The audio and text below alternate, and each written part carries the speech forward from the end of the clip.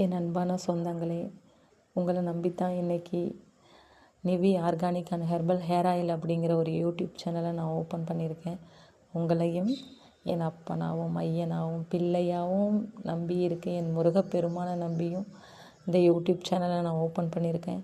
நீங்கள் எல்லோரும் எனக்கு சப்போர்ட் பண்ணுவீங்கன்னு நான் நம்புகிறேன்.